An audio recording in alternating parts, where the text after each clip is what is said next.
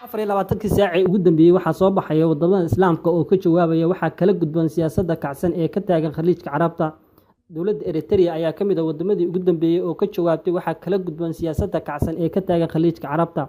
Wasiirka warfaafinta Eritrea ayaa sheegay in ay taagan tahay qadiyad lagama maarmaan ah inay qaataan tallaabo muhiim ah oo arrintan lagu xalinayo.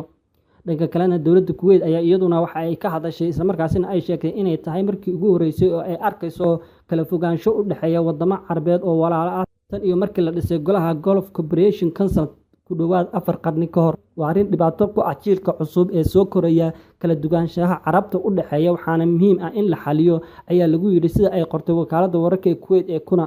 Waxaa sidoo kale la sheegay in ku dhawaad 4 qarni ka hor la sameeyay golahan si loo damaanad qaado jiilka soo koraya ee Carabta iyo waliba muranada noocan oo kala ah ee soo dhaxgala.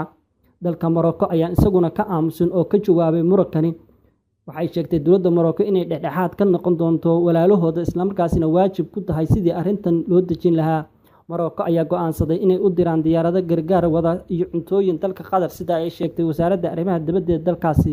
waxaa qoraalkan ka soo baxay boqor Maxamed in ay sidaas sameynayaan iyagoo ilaalinaya isla markaasina maslaxad ka raadinaya sida Islaamku uu qabo ixtiraamayana bisha barakeysan ee Ramadaan. Dalka Pakistan ayaa isaguna ka hadlay dhankiisa waxaana ra'iisul wasaaraha Pakistan Nawaz Sharif uu sheegay in uu tagay dalka Sacuudiga isagoo u socda dhexdhexaadinta Khaliijka Carabta iyo dalka Qatar.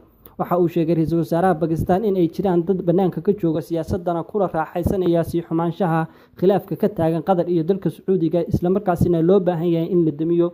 waxaana uu sheegay inay tahay lagama maarmaan tallaabo degdeg ah oo loo qaadayo si arrintan loo xaliyo.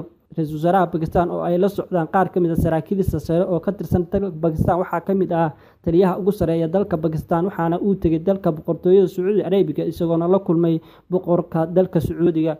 dalka Faransiiska ayaa qoraal soo saaray uu kaga hadlayo arrintani. dalka Faransiiska ayaa isaguna arrintani ka jawaabay waxaana uu yiri madaxweynaha dalka Faransiiska Emmanuel Macron ayaa la hadlay amiirka Kuwait Sheikh Sabah Al Ahmed kaasi oo madax u ah guddiga dhexdhexaadinaya xiisadaha Khaliijka waxa uuna kula hadlay qaabka ay u socon karaan dadaalada la doonayo in lagu xalliyo xiisadaha ka dhex taagan wadamada Sacuudiga iyo Qatar.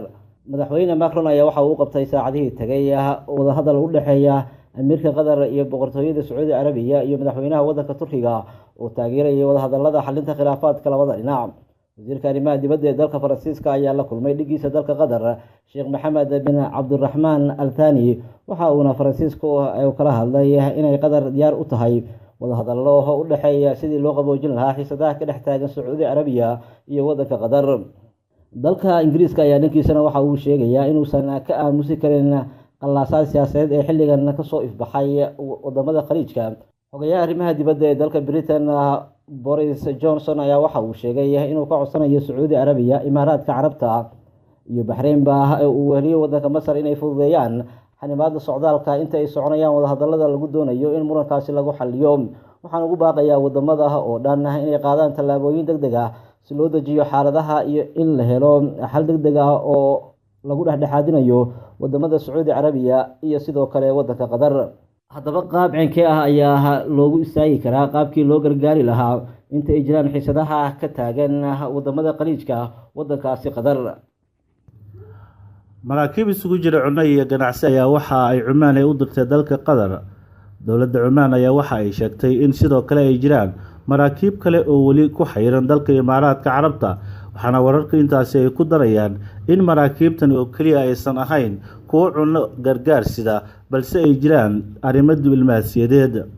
dhanka kale dowladda Talyaaniga ayaa waxa ay saxiixday heshiis dowladda Qatar oo xoojinaya kobcinta dhaqaalaha iyo waliba inay iskaashi ka sameeyaan dhanka ganacsiga.